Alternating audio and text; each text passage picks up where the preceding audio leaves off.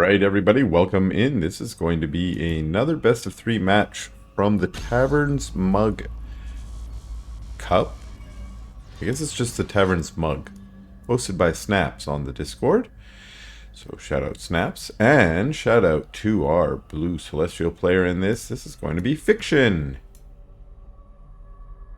And his opponent in the Red Infernal, this is going to be Wriggle. And Fiction has been playing all the factions. Fiction plays the factions, but has selected Celestial here. In an earlier tournament that I cast him in, he played, I think it may have been in my tournament, he played random. And that was interesting, but he says he's been grinding out the Celestial games and is preferring Celestial, but is not super sure how it goes, so we will see if he sticks with Celestial throughout. He's gone into red power here, which is interesting. I wonder if that was intentional. Looks like as he summoned his array, possibly. Now the power bank's gonna come down. This prism hasn't, it's taken damage, but it doesn't seem to be it's at risk of going down yet. Of course, you can always just transfer the prism to your array and charge it, and it will get healed back up nice and quick. Otherwise, I think, without going to the Arc ship, it has no passive healing right now, without a health camp, for instance, or something like that. And the Hexen of Wriggle's just heading home. We do have a creation chamber for Fiction out, and it looks like it's fast Plague Axes, and we saw this in Wriggle's matches versus you. It was you. If you don't remember playing against Wriggle, well then that's on you, because it was definitely Wriggle versus you. And this is an interesting build from Wriggle, because look, he's not gone for the shrine here. He's gone straight mushroom down in the third, which that's always been an advantageous base to take, even as your first shrine on Lost Hope. I've done it a few times myself, because this one doesn't have any Ethereum, it's just Illuminite. It does have a defensive, there's a defensive reason to go here, but you can still put your defenses here. And as Wriggle is sort of showing us right here, you can put down this one a little bit later. With this faster economy that we've had for a few patches now, it means that you can get 3 bases up pretty quickly. So now there's not a huge window between having that second and that third up. But it does mean that you now have this quicker mining on the Ethereum, which is what you got here. It's even faster than this mining here.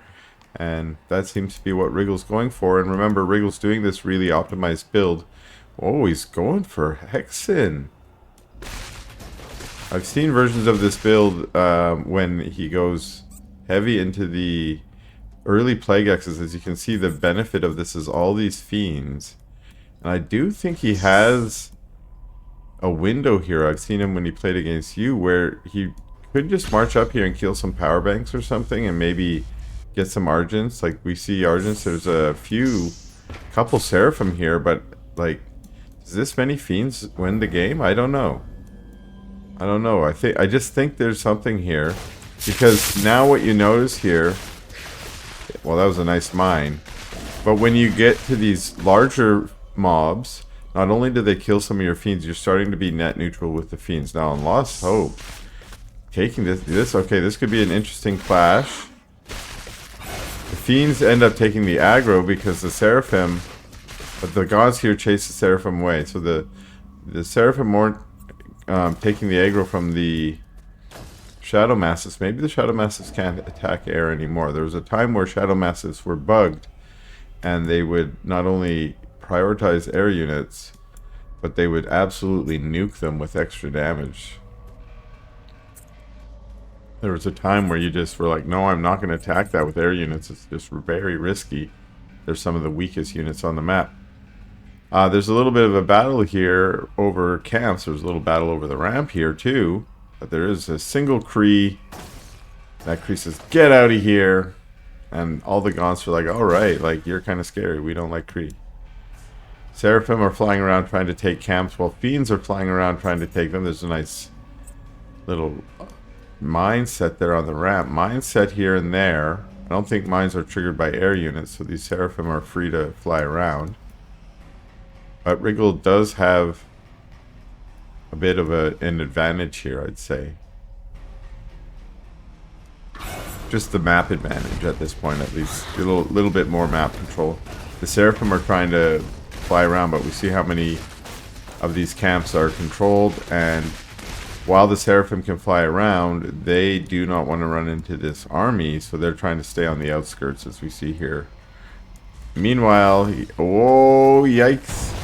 Wow, that was actually pretty good. I thought that might have been a bad opportunity for the Archangel, but it does crash down and get some kills before going down. It's curious that there are already Shadow Flyers here as well. One Magmadon to try and deal with the Kree. And this is sort of a really strategic army choice for Wriggle. He's backed up and sat on his effigy. Pops a permanent effigy so he has somewhere to retreat to recharge up that White House. See how this... Okay, get on there. That Magmadon was low, but if it can charge up very quickly here... At tier 2, I think that's 4% per second. That's a lot of hit points. Are we at tier 3? We might even be. We're at Greater Shrine. Here we go. This is it, I think. The Kree and Argents plus the Seraphim above are trying to make the final hold here.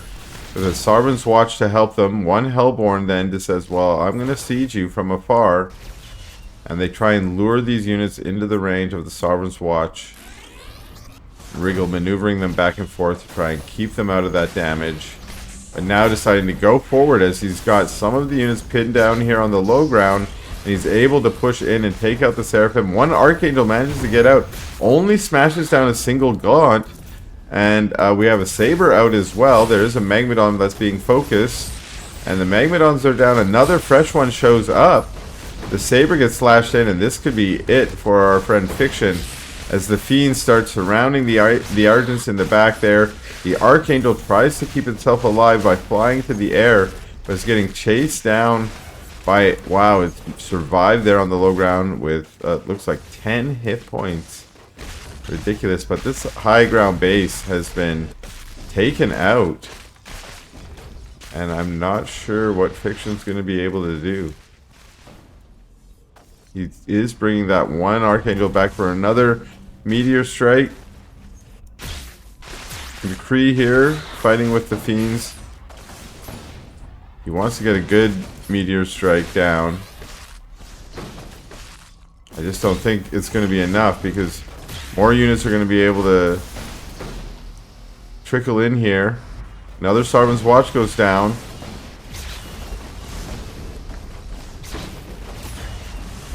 And yeah, the Hellborn... Ooh, finally the Archangel comes in for a Meteor Strike. And starts to try and do what it can. But I think that's going to be it. And yeah, GG from Fiction. Alright, we're back in this. And as I mentioned, Fiction is going to be playing a different faction. In this game, he will be playing the Vanguard faction. And his opponent, Wriggle, sticking with the Infernal faction, playing in the red. And we're on Broken Crown, and we already got a dog trying to be mean to an old lady. Just because she's got a magic stick in her hand. An old lady should be allowed to have magic sticks, that's what I say. That's because I'm future looking. And from my perspective, the Vanguard are evil. Look at this. Teleporting home after seeing exactly what she needs to see, which was it was a command post first. That means there was nothing much more that she could see. And we got a shrine here, but it's not shrine first. It is vault first here for Wriggle. So Wriggle opting not to go that straight gaunt into fast ritual chamber. I'm sure that's a celestial specific build that Wriggle uses. Instead, we've got Vault into Shrine into Conclave, which definitely seems a little bit more Vanguard focus. And we got Broody Baby splitting for that extra white health. And Micro in the Fiends back. Good micro here from Wriggle. Definitely displaying that top level control. Even letting some of his units soak in the healing juices for just a little extra time.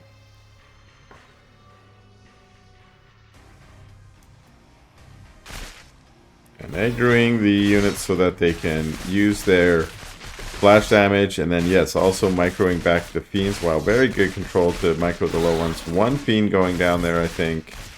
Possibly two.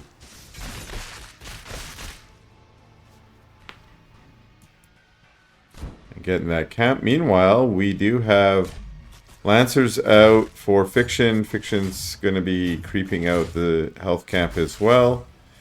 And I do think that Wriggle is going to try and jack a camp, or, yeah, I was unsure there. Thinking maybe go harass the health camp or just jack the speed camp. And indeed, it goes for the speed camp.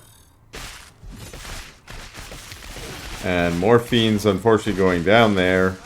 It's hard to keep them alive. Well, we haven't seen any effigies popped out yet for Wriggle, which is interesting. No effigies while creeping. What have we been using it on? Maybe there's been some resurgence, although Wriggle is at 40 Animus, so maybe it's just been saving it up.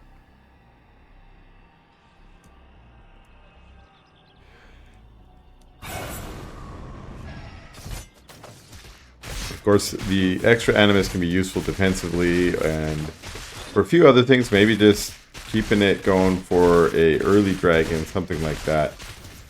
There we did see an effigy popped, so maybe Wriggle's style is just not to pop effigies on the smaller camps, but only on the slightly trickier camps.